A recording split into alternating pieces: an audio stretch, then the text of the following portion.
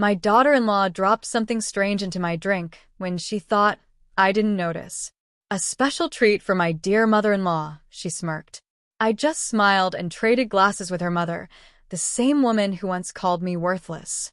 35 minutes later, opening with a gentle, slightly haunting tone, building to intensity.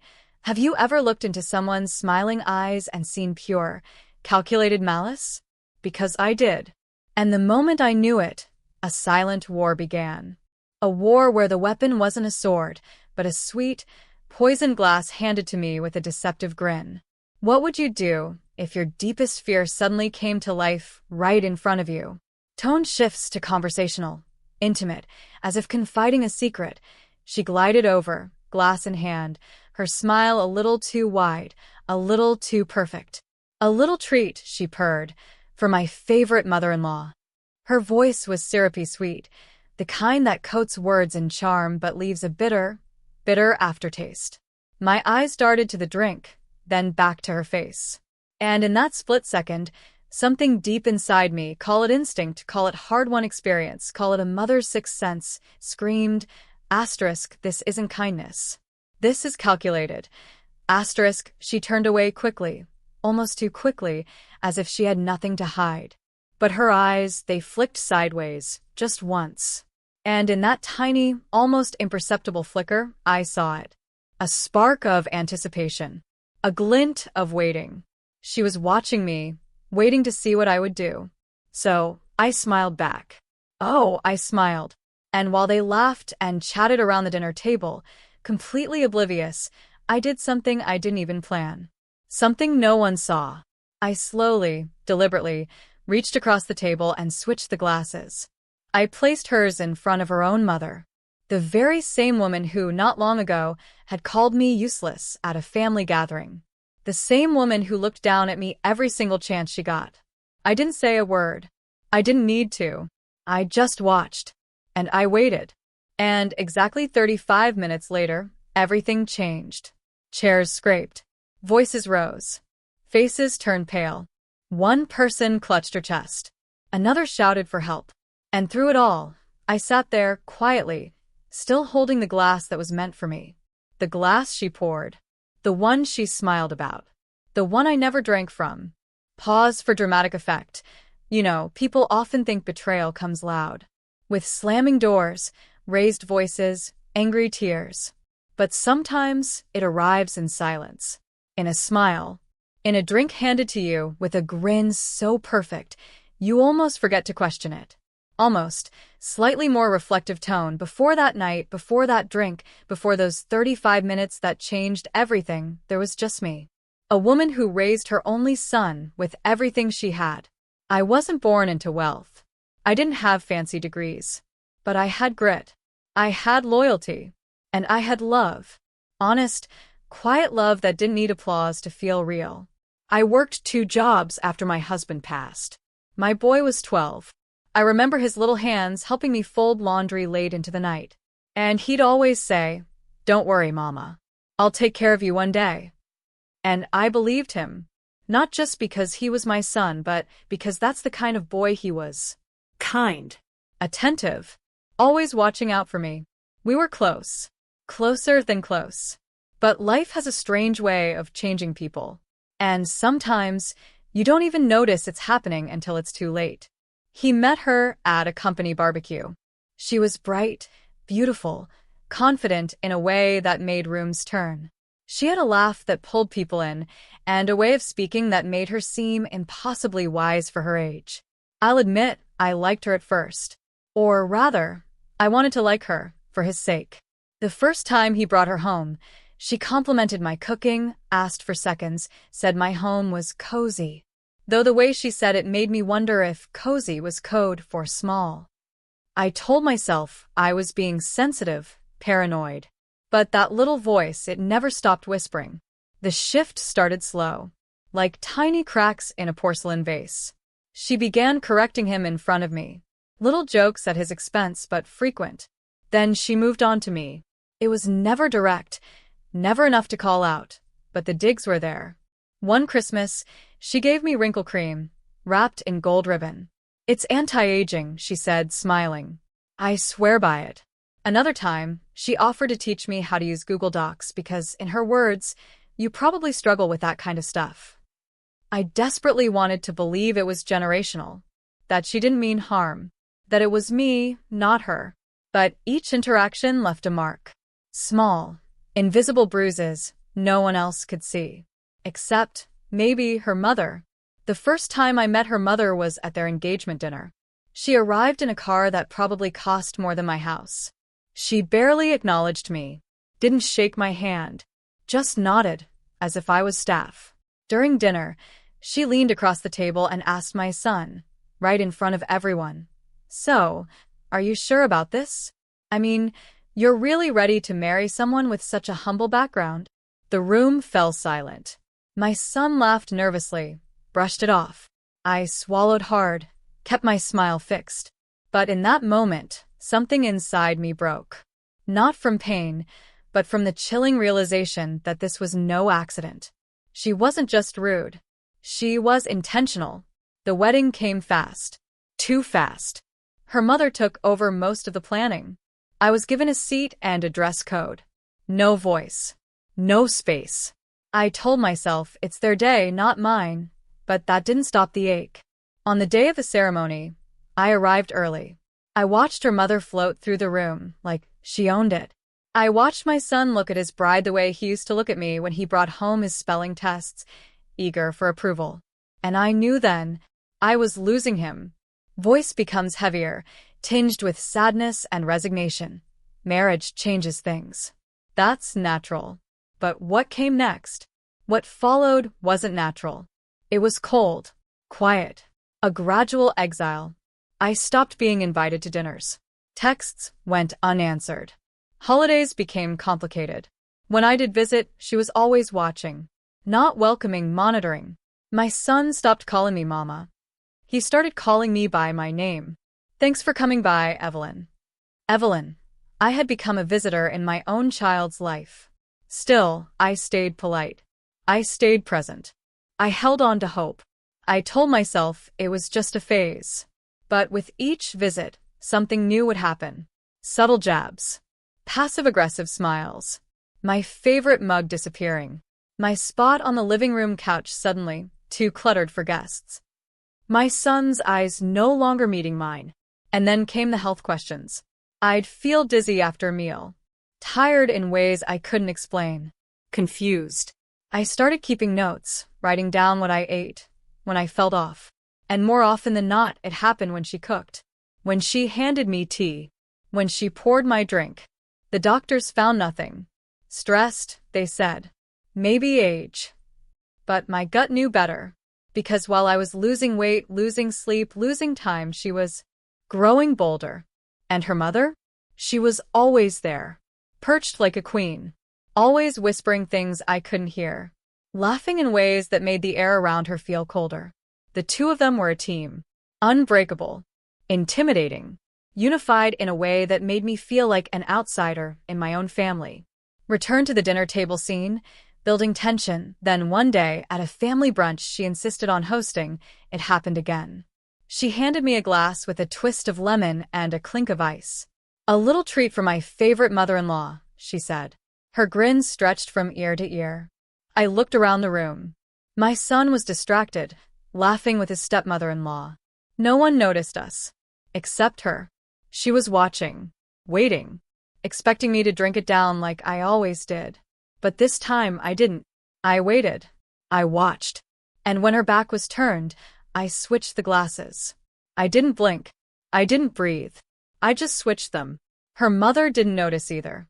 She was too busy bragging about her new stock investments and the renovation on her beach house. She picked up the glass, clinked it against the rim of her mimosa, and drank. And I waited. 35 minutes. That's all it took. 35 minutes to answer a question I had been carrying in my chest for almost 2 years. Was it all in my head? Flashback to the wedding, emphasizing the pain of neglect. But all I remember from that day, from that wedding, was silence. The kind of silence you carry in your chest. The kind that feels like screaming, but only on the inside. I stood in the second row. Behind her mother, of course. She insisted on walking her daughter down the aisle. No father in sight, just her, floating in head-to-toe designer, claiming center stage. And when my son turned to watch his bride approach, I saw it in his face, that familiar mix of awe and nervousness. But he didn't look back at me. Not once. During the vows, her mother squeezed my arm and whispered, "You should be grateful. This is the best your son will ever do." I didn't react.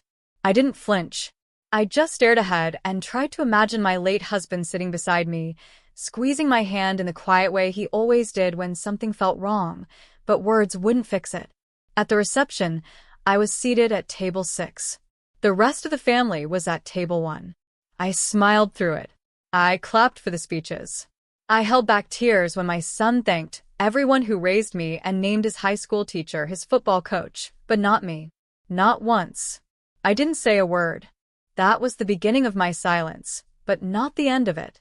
Narrative returns to the escalating abuse. Marriage didn't change her. It amplified her. Within weeks, she started referring to me as his mom instead of my name. In public, she'd say things like, "Oh, Evelyn? Yeah, she means well," to strangers right in front of me. I became something to explain away, an obstacle to manage. I remember the first family dinner after they got back from their honeymoon. She served me a plate of food and said, loud enough for everyone to hear, "Careful, it's spicy. I know you older folks can't handle heat." Everyone laughed. Even my son. I laughed too. That soft, brittle kind of laugh people use to survive humiliation. She corrected me constantly. If I told a story, she'd jump in with her version. If I offered advice, she'd respond with a smirk and say, "Well, actually, everything I said was either outdated or cute." I was slowly being painted as the relic in the room. Present, but irrelevant. And my son? He stopped seeing it. Or maybe he chose not to. I'd call, and she'd answer. Always her. She'd say he was busy. Tired. Resting. One time, I called to wish him a happy birthday, and she told me he was on a call, but she'd passed the message along. I never heard back. One afternoon, I arrived unannounced with a dish he used to love. She opened the door, looked at the container, and said, "Oh, how thoughtful. But we don't really do fried food anymore, you know. Gut health and all." Then she smiled and took it from my hands. I never saw it again. It wasn't just her, though. Her mother became a regular fixture. She came for dinner. She came for brunch. She came just because. Every time I visited, she was already there. In my seat, telling my stories, giving my son advice, slowly becoming something I used to be. Once, during a small birthday gathering, her mother pulled out a photo album. She showed baby pictures of her daughter, awards, certificates, home videos. Then she looked at me and said, "You must wish you had documented more. These memories are priceless." I excused myself to the bathroom. I didn't cry. I just stared at my reflection and asked myself the question I had started asking more often. What am I doing here? Voice takes on a bewildered, then determined tone. But then, the strange things began. Small at first. A forgetful moment here. A wave of dizziness there. I chalked it up to exhaustion. Maybe dehydration. But then it got worse. I'd walk into a room and forget why I came in. My hands would tremble while washing dishes. My vision blurred, once while reading a recipe. My body, which had always been strong, steady, reliable, began to feel foreign. I went to the doctor. Blood pressure, cholesterol, vitamin levels, all normal. They suggested stress.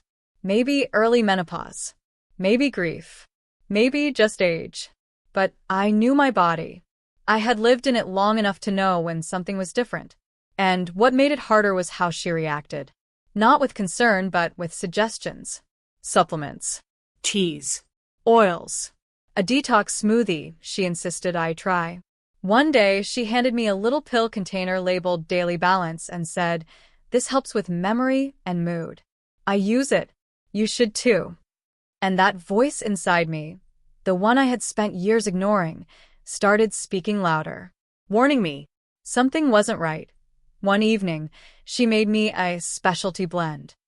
said it would soothe the nerves. I took one sip and instantly felt lightheaded. Not dizzy, just hollow. Like someone had dimmed the lights inside my head.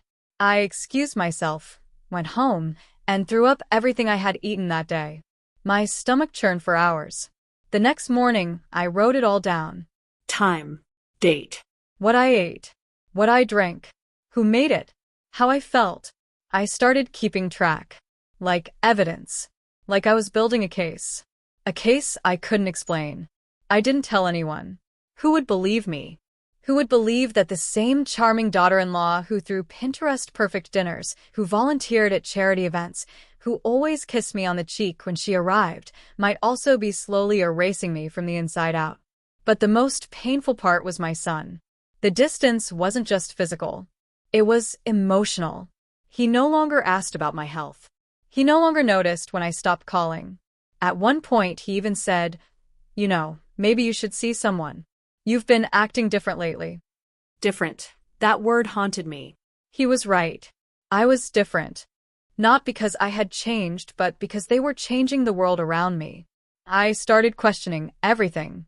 My memories. My words. My reactions. Was I being too sensitive? Was I imagining it all? Or worse, was I becoming the woman they whispered about behind closed doors? The forgetful mother. The moody guest. The fading matriarch. Still, I said nothing. I smiled when I was supposed to. I nodded when they offered advice. I played the role. Played it well. But every lie has a limit. Every performance has an ending. And though I couldn't prove it yet, I knew without a shadow of a doubt that I was being pushed out. Not with force, but with strategy. With intention. With a plan so perfect, it almost worked. Voice becomes sharper, more focused. Building towards action, it wasn't one moment. It was many small details, unconnected at first. A misplaced bottle. A forgotten name. A wave of tiredness that washed over me too fast after a meal. A drink in my hand, when she had poured. They weren't obvious patterns, at least not at first. But there was something strange in how the offers came. Always her voice, soft and generous. You must be parched. Try this. I made it myself. A bit of red wine helps with circulation. Evelyn, let me fix you something. You've had a long day. And every time I accepted, I felt it. Not right away, not in a way I could point to, but a slowness would creep in. Behind my eyes. Behind my limbs.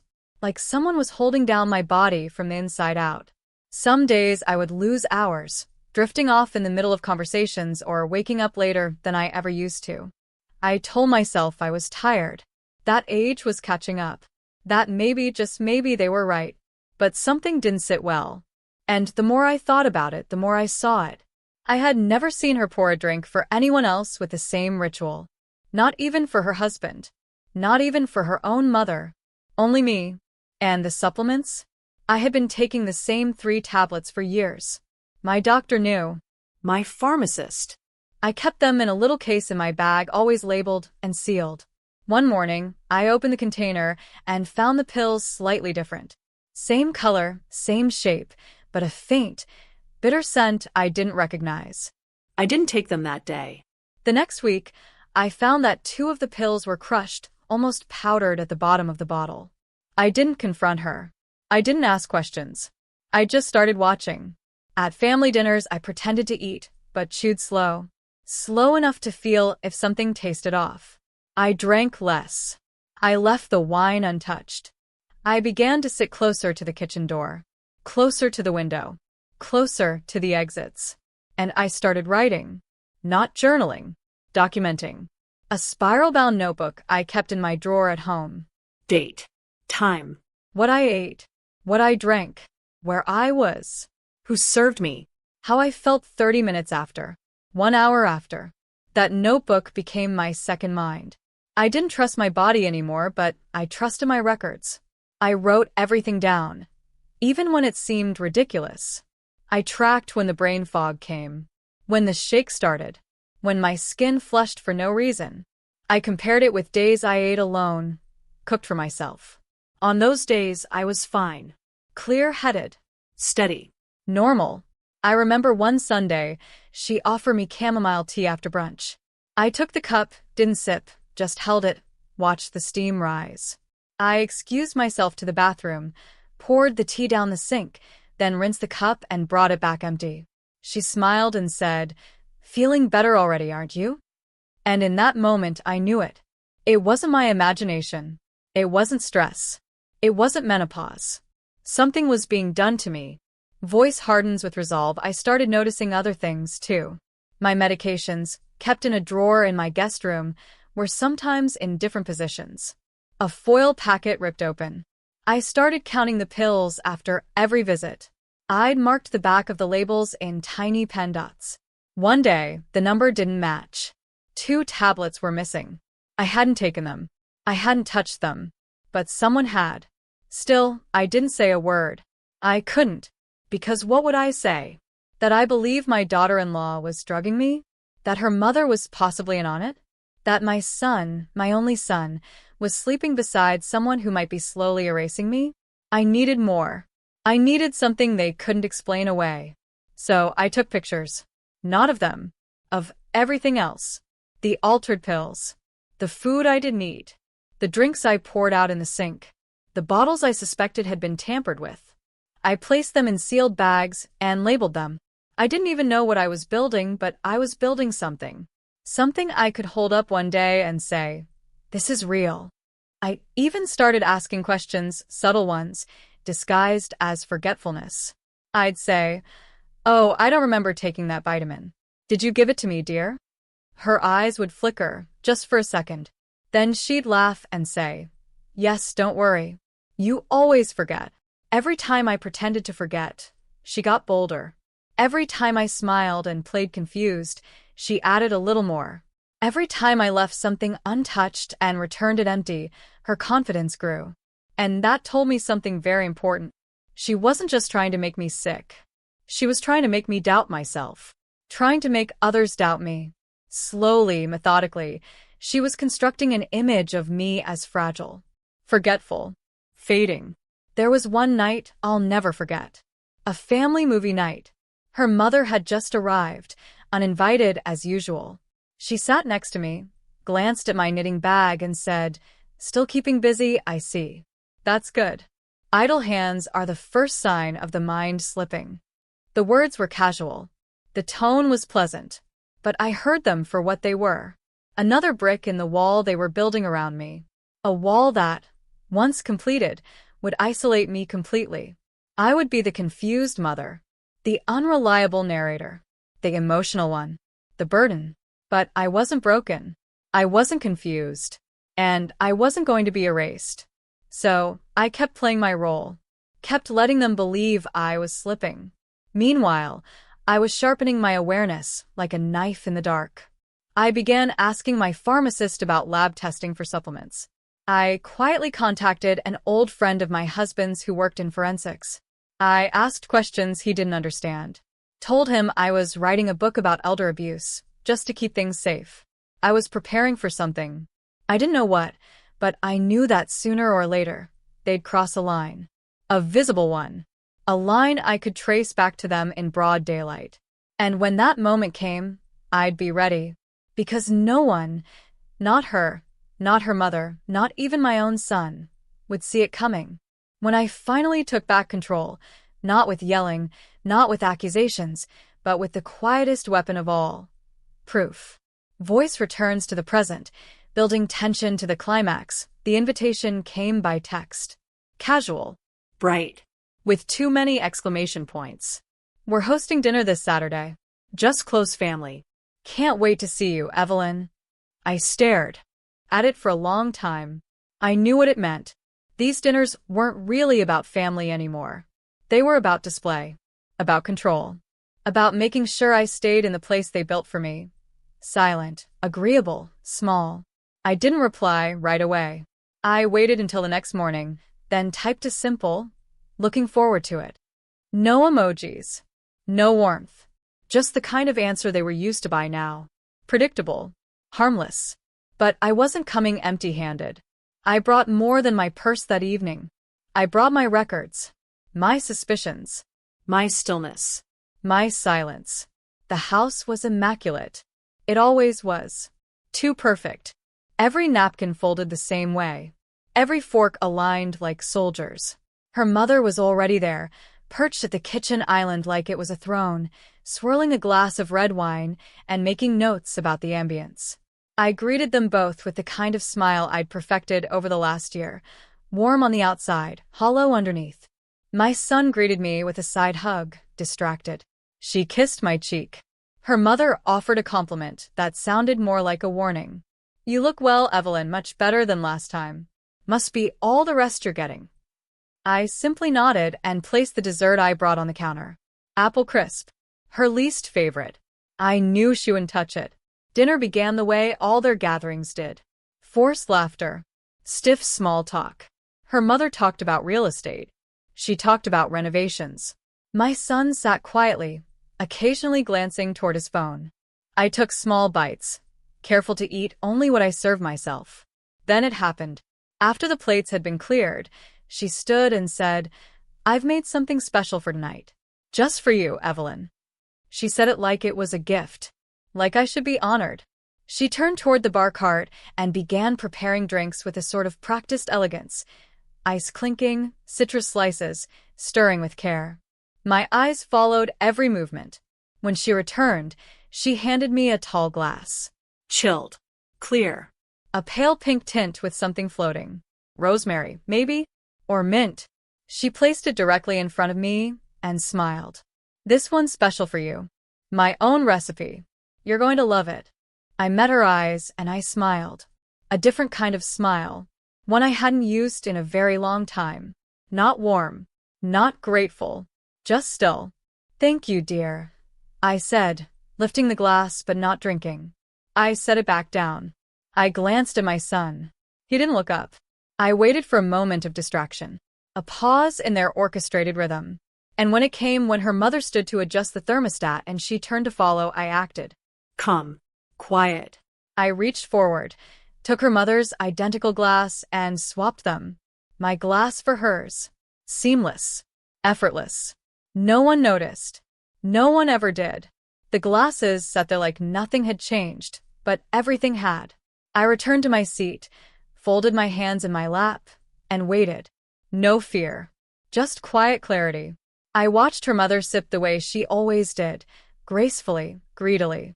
I watched my daughter-in-law glance at me, then glance at the glass. I smiled again.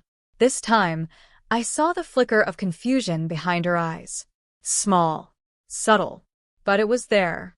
And inside my mind, I spoke the words I couldn't say aloud. Asterisk, if I'm wrong, nothing happens. If I'm right, we'll all see. Asterisk, 35 minutes. I knew the pattern by now. I watched the clock without watching it. I engaged in light conversation. I asked her mother about her new marble countertop. I complimented the lighting. I played my role. But beneath it all, I was listening for the shift. The first sign came as a pause in her mother's sentence. She was mid-sentence describing her wine cellar remodel when she suddenly blinked twice and touched her forehead. She tried to continue, but her voice slurred, just enough that my son looked up. Then she cleared her throat, laughed, waved it off. "Must be the wine," she said, though she'd only had half a glass. Her daughter leaned forward slightly. Her smile didn't reach her eyes. Another 5 minutes passed. Her mother's face flushed a deep red. She reached for her water. Her hand trembled. My son stood. "Are you okay?" he asked. She nodded quickly. Too quickly. Then said something about the room spinning. Her words didn't line up. They tumbled over each other like marbles down a stair. Then came the final moment, the one I'd been waiting for. Her mother's hand gripped the table hard. Her knuckles white. She looked at me. Not at her daughter. Not at her son-in-law. At me. And I looked back. I didn't move. I didn't speak. I didn't flinch. I just held her gaze while the panic slowly bloomed in her eyes. She stood suddenly, or tried to. The chair scraped back. She stumbled sideways and knocked over her glass. My son rushed to her. My daughter-in-law froze. There were voices. Frantic ones. My son calling her name. His wife dialing her phone. the smell of something bitter rising from the spilled drink. But I didn't move. I sat there, calm, watching, the way I had watched for months, the way I had learned to wait. Voice becomes chillingly calm, focused. The paramedics came. The question started. And all I said was, I don't know what happened. She seemed fine a moment ago. No one asked about the drink. Not yet. But I knew it wouldn't take long. As they carried her mother out on a stretcher, I caught my daughter-in-law's eye. For the first time, she looked at me like she didn't know who I was. Like she'd been looking at a ghost this whole time. And now, only now, she was seeing the woman behind the silence. I held up my glass, the one meant for me. Still full. Still untouched. And I whispered to myself, what a shame. I guess I just wasn't thirsty tonight. The room was loud, but I only heard one thing. The sound of her breathing changing. That slight, stuttering inhale that comes before the body knows something is wrong, but hasn't figured out what yet. She clutched her stomach first, one hand, then both. As if something inside was curling tight. Her shoulders hunched inward. She blinked rapidly. Her wine glass slipped from her grip and hit the table, wobbling. She mumbled something no one could understand. Her daughter was the first to react. Half standing, half restrained. Mom, she said, not loud, just sharp, controlled concern. Not panic. Not yet. I stayed seated, folded hands in my lap, watching, because I had seen this play before. I just hadn't been the audience. Her mother coughed once. Twice. Loud. Dry. Hoarse. Then she gripped the edge of the table and pulled herself up slowly, only to wobble and drop back into the chair. Her face began to drain of color. Her lips turned a shade too pale for comfort. My son rushed to her side, placing a hand on her back. Are you okay? He asked. She didn't answer. And then she said it, just one word. Slurred. Thick. Wet. Burning. That's when the panic started. My daughter-in-law was no longer composed. She was on her feet, circling the table, asking questions loudly, too loudly. What did she eat? What did she drink? Someone call 911. Her voice cracked on the last word. Her hands trembled. Her mother tried to speak, but only let out a low groan. The room was no longer in control. My son fumbled for his phone. She had hers out already. I simply reached for a napkin, gently patted my lips, and stood. They didn't notice me at first. Not until I walked over and picked up the glass, the one she had given me, the one I had switched. I held it gently, like it was something sacred. My son looked at me. Mom, what are you doing? I met his eyes and said plainly, this is the drink she gave me. His mouth opened slightly, confused. My daughter-in-law turned quickly. Her eyes locked onto the glass in my hand. That's when her panic sharpened, shifted, morphed from worry to something else, something primal, desperate. Wait, no, that's not, she started, but stopped herself. I tilted the glass slightly, watching the light catch the surface of a liquid. I didn't touch it, I said quietly. Not one sip. The paramedics arrived within minutes. Her mother was barely responsive now. They laid her flat, inserted in 4, asked questions. What did she eat? What medications does she take? Did anyone see her ingest anything unusual? I answered with precision. Every item served. Who made what? The timing. The switch. I never raised my voice. Never looked emotional. Just facts. She, on the other hand, couldn't sit still. She kept shifting, interrupting, trying to control the narrative. Maybe she had low blood sugar, she offered. Or maybe the wine didn't mix with her medications. She's been tired lately. Honestly, it's probably just stress. The EMT paused. Did she drink anything before symptoms started? She hesitated, glanced at me, then at the glass. Her throat popped. I made a cocktail, she stammered. Just herbs and a little gin. Nothing weird. The EMT took the glass from my hand. He sniffed it, looked at it closely, bagged it immediately. I saw the moment her confidence cracked. The way her shoulders stiffened. The way her lips pressed into a thin, pale line. Her eyes started calculating. Within the hour, the police arrived. A young officer. Come. Professional. He asked for statements. I was ready. I handed him my notebook, the one I had kept hidden for months.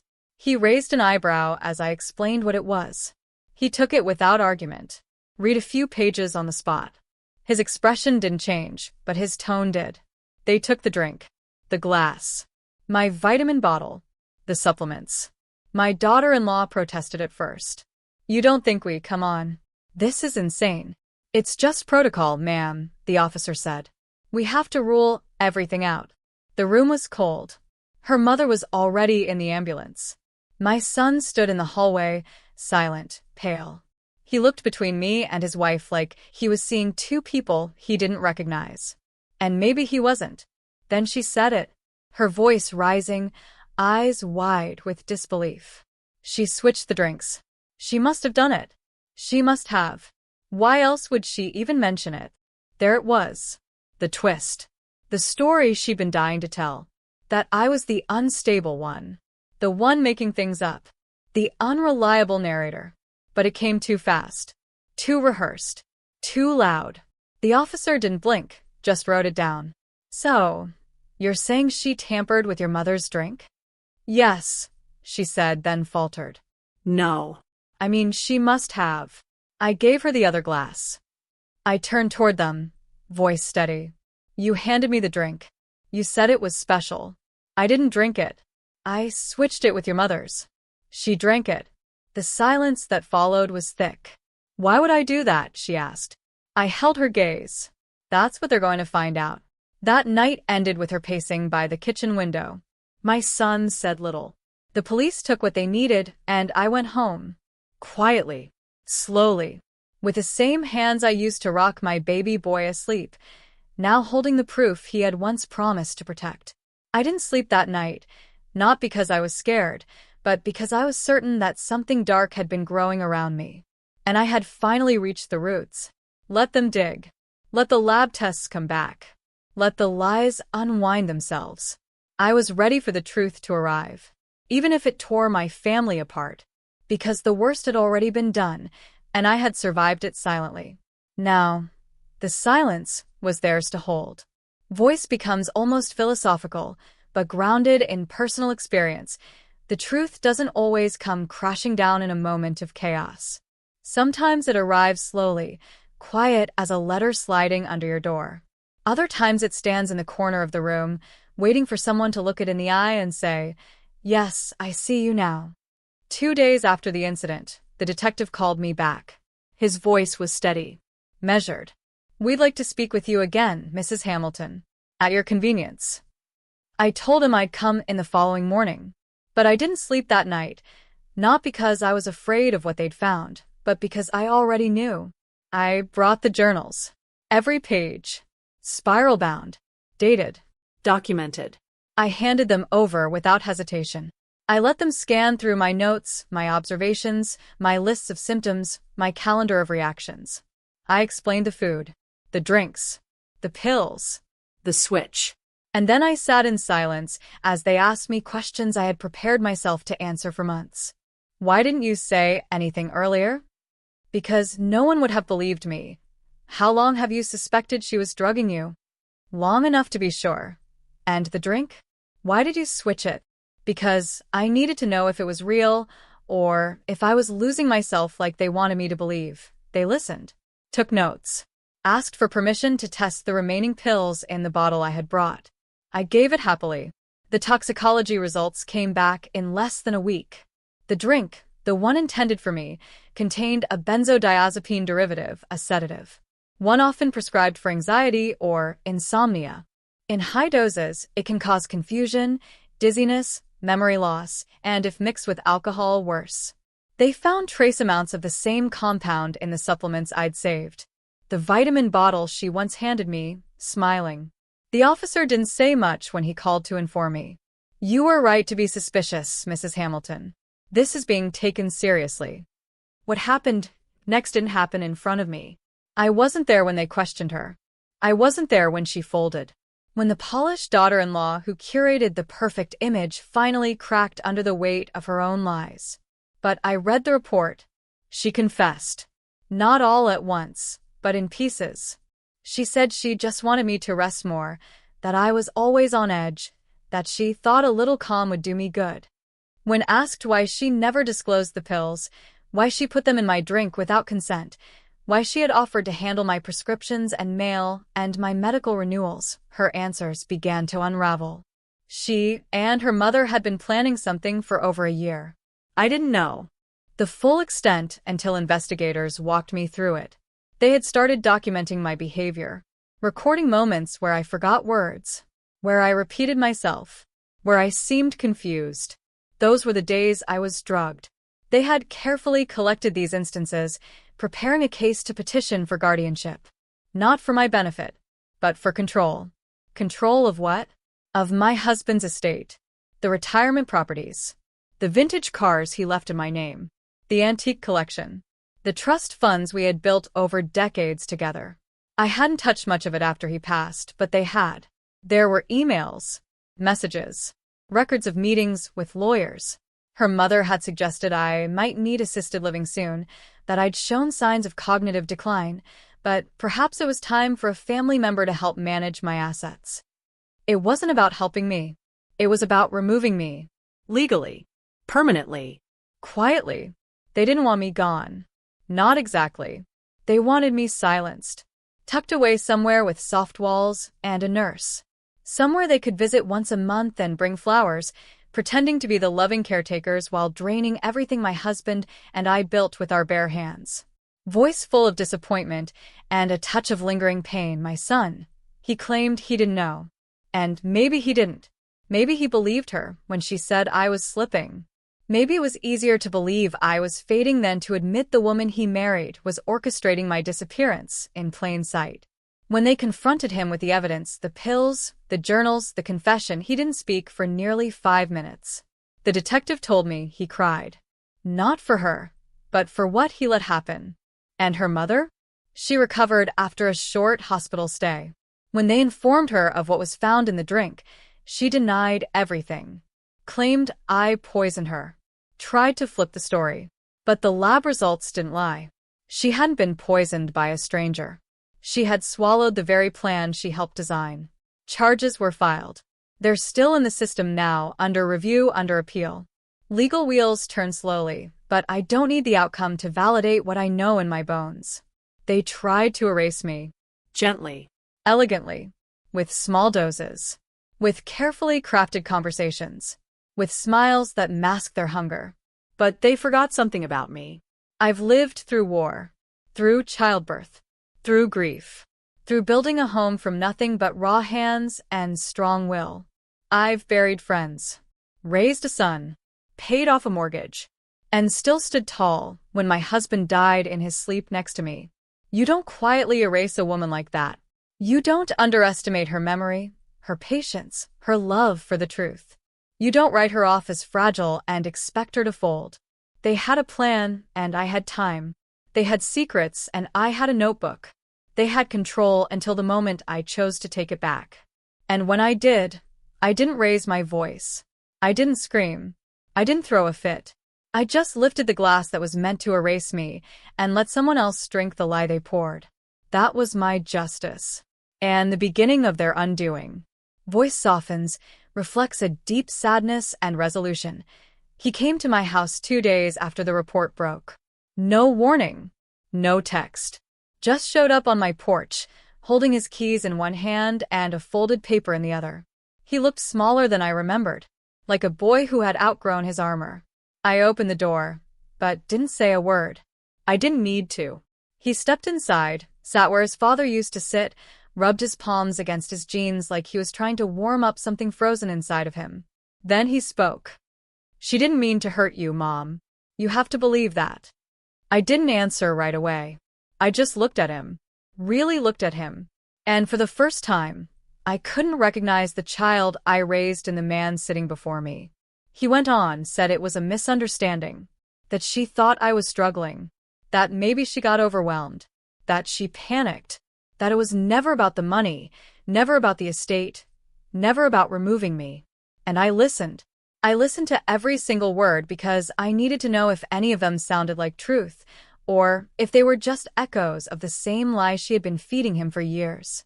When he finished, he looked at me like he expected forgiveness. Or maybe permission. Or a way out. And all I said was, "She drugged me, Matthew." His face fell, like he thought I wouldn't say it out loud. Like the reality of it still hadn't reached the part of him that needed to face it. "She didn't mean to," he repeated. And then I stood up, walked slowly to the fireplace, where his baby photo still sat on the mantel. His little feet dangling over the edge of a tiny red wagon, his hand clutching my thumb like it was the whole world. I picked up that frame and turned it around, face down. He watched me do it. His lips parted, but no words came. I told him I wasn't angry. Not anymore. Just tired. Tired of begging to be believed. Tired of sitting at dinner tables where poison wore perfume. Tired of smiling at people who would rather see me buried than bold. I said, "Sometimes love blinds us, and sometimes love forgets us." He didn't respond. He just stared at the floor, like he might find forgiveness written in the grain of the wood. But it wasn't there. When he finally stood to leave, he hesitated at the door. "Will you come to the hearing?" he asked. I shook my head. No. "I've already lived it." He left without hugging me, without looking back. And I stood at the window, watching his car disappear down the street that once brought him home for Christmas. The street I used to shovel so he could ride his bike. The one he used to run down barefoot when he was late for dinner.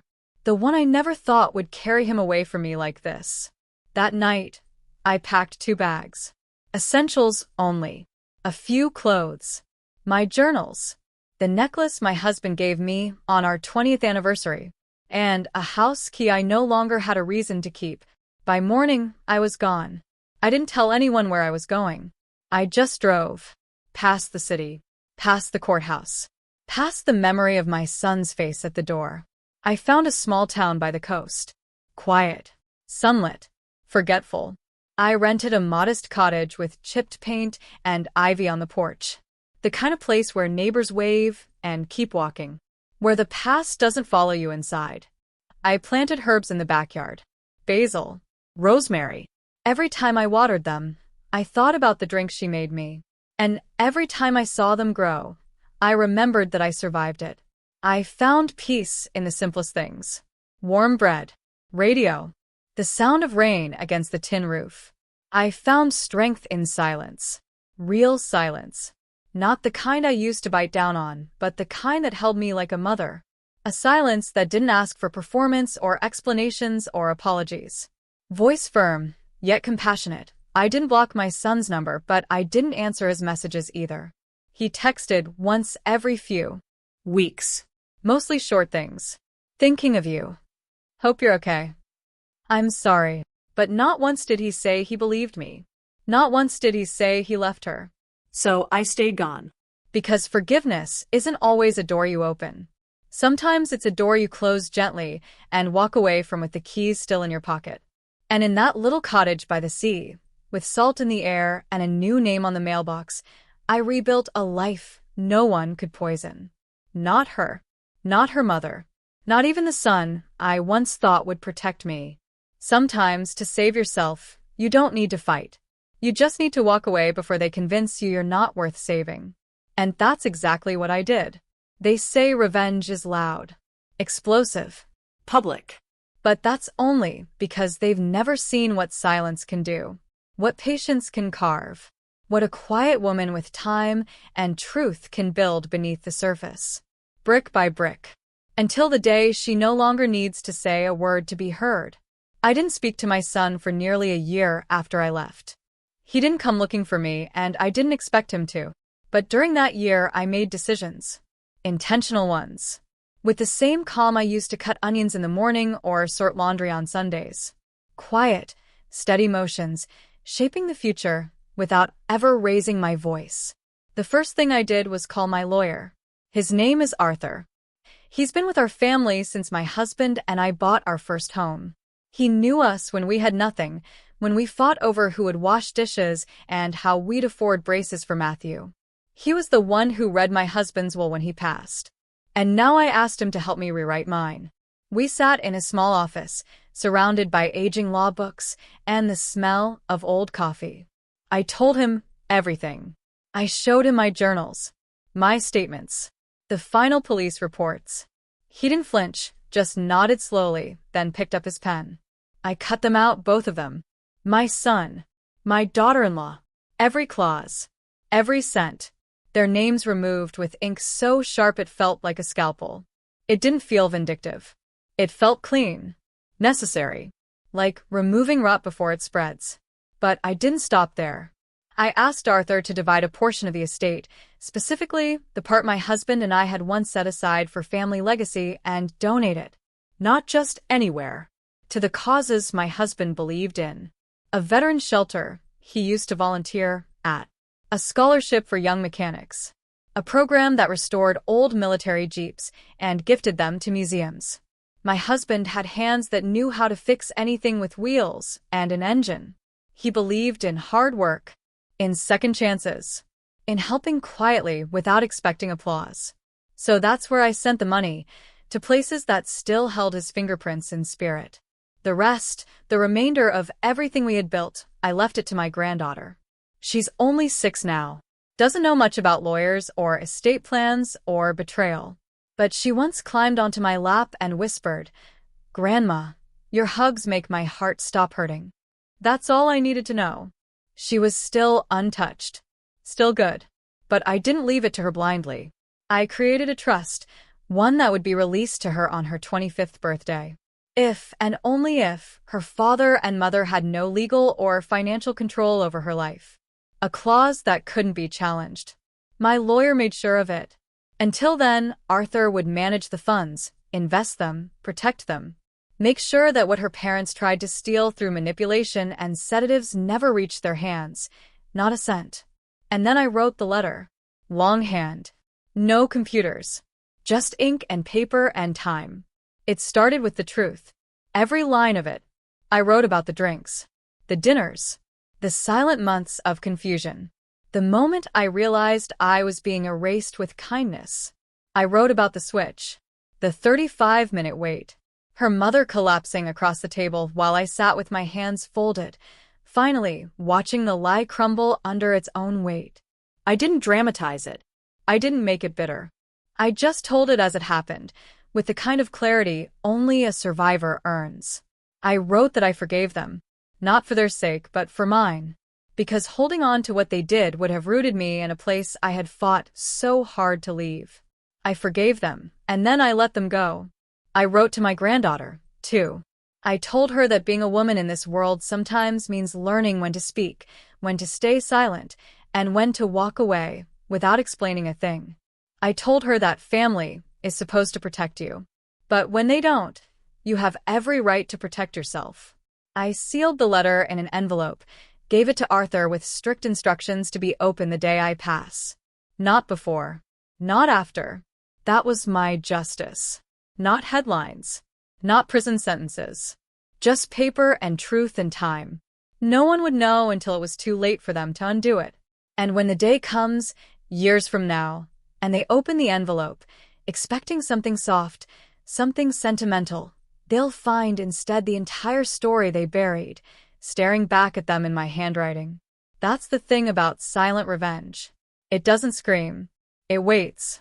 It outlives the lies. It survives the spin. It sits quietly in a drawer, knowing that one day the truth will arrive wearing my voice, and there won't be a single thing they can do to stop it. And in that moment, whether I'm still breathing or just a photograph on a mantle, they'll know I never needed to shout to win. Voice becomes calm, reflective, with a sense of peace and strength. Time passes whether you chase it or not. Whether you're ready or not. Whether you're broken, healing, or standing perfectly still. 3 years slipped by quietly, just seasons changing outside my cottage window. Birds coming and going, waves crashing like clockwork. And slowly, gently, the ache I carried started to dissolve. Not because it stopped hurting, but because I finally stopped needing it to make sense. I found rhythm in the ordinary. I started volunteering at a small community center, not far from my new home. Nothing fancy, just a two-room building tucked between a pharmacy and a diner, but it had warmth. Real warmth. We held free art classes for kids on weekends. Soup nights on Thursdays. Book swaps. Grocery drives. I'd sit and listen to people's stories, help fill out forms for food stamps or housing support, teach the elderly how to use email. And no one there knew me as his mother-in-law, or his mother, or the woman who almost lost everything over a cocktail. I was just Miss, and they didn't know my past, and I didn't volunteer it. I wasn't hiding. I had simply outgrown the need to be seen through the lens of pain. I had other things to do. But life has a way of circling back. Truth has its own timeline. And one day it came knocking. It started as a whisper. A neighbor mentioned that a woman matching my daughter-in-law's mother's description had been admitted to a private care facility a few towns over. Failing kidneys. Chronic confusion. Some said early dementia, some said stress-related collapse. No visitors. Just silence. I didn't gloat. I didn't dance in satisfaction. I just poured myself a cup of tea and sat by the window for a long time. Because I remembered something my husband once told me. Back when life still smelled like paint thinner and fresh wood, the ground always levels itself. Sooner or later, it all evens out. A few weeks later, the second wave came. My son. He showed up at the community center just after closing. I almost didn't recognize him. He had more gray in his beard, less weight in his voice. His hands trembled slightly when he tucked them into his pockets. "Mom," he said. Just that. Like it was the first word in a language he hadn't spoken in years. I didn't rush to hug him. I didn't collapse into tears. I just nodded once quietly and gestured to a bench outside. We sat in silence for a while, long enough for the sun to dip behind the roof and the crickets to start singing. Then he said, "She's gone. She left. Took the car, the savings, everything." It was all a lie, Mom. Not just what she did to you. Everything. I found bank transfers, fake business filings, credit cards in my name. I don't even know who she is anymore. I waited. I let him speak because I wasn't going to carry his guilt for him. Not this time. "I'm so sorry," he said. And this time, his voice cracked. Not the surface-level kind. The kind that comes from the bones. From shame finally finding its way out. I looked at him long and hard, and I wanted to say so many things. I wanted to ask where he was when I needed someone to believe me. I wanted to ask if he ever read the police report, or if he just skimmed it between bites of dinner. I wanted to ask if he knew how many nights I sat by the window, wondering where my son had gone. But instead, I asked, "Why now?" He looked down at his hands, then said something I'll never forget. Because the silence finally got louder than the lie. He asked about the will.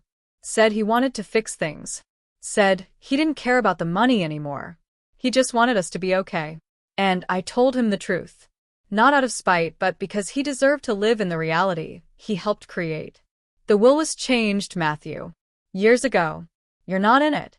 Neither is she. He blinked once. Twice. But he didn't argue.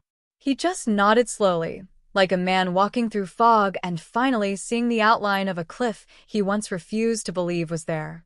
I told him about the charities, about the scholarship, about the community center, and then I told him about his daughter, that her inheritance was locked away safely, that she would never be under their control, that I left her a letter she'd read someday, when she was old enough to understand the weight of survival. He asked if he could read it. I said no, because that letter wasn't for him. He had already read a different version of the story, one where loyalty was blind and truth was inconvenient. He didn't get to rewrite it now. He just had to live with it. He stood to leave, then hesitated.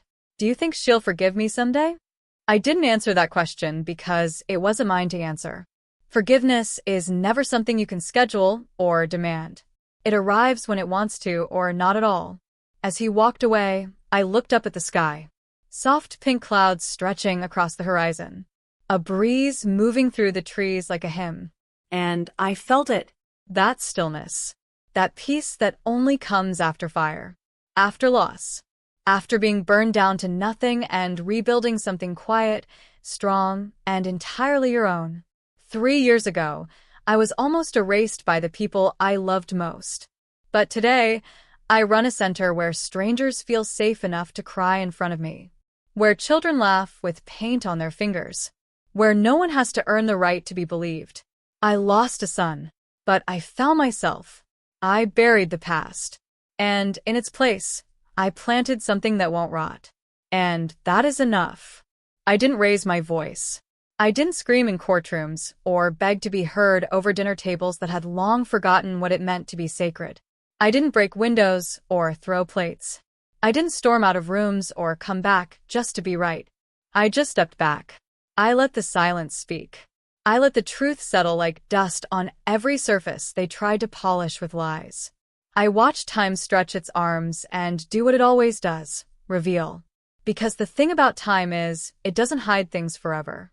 It doesn't protect a deceit, no matter how cleverly dressed. And it doesn't reward manipulation. Time may be slow, but it is faithful. And when you trust it, when you stop chasing justice and start embodying it, something changes. You rise, and they shrink. I rebuilt quietly, thoughtfully. I cut ties not out of spite, but out of self-respect. I changed my will, not in vengeance, but in clarity. I poured what was once pain into places where it could bloom. I left seeds behind. Not so they'd remember me, but so they'd never forget themselves. In the end, they lost more than money. They lost access. They lost legacy. They lost the right to stand in the shade of the very tree they tried to chop down. And me? I gained everything I almost lost. Myself. My voice. My peace. I didn't scream. I didn't fight dirty. I didn't play their game. I just stood still. Slight pause, then a direct, sincere call to action. So, I've shared a piece of my heart with you today. It was hard but necessary. What would you have done in my place? Have you ever had to choose between fighting for your truth and walking away for your peace? Tell me in the comments below. I really want to hear what you think. Your stories and insights mean a lot to me.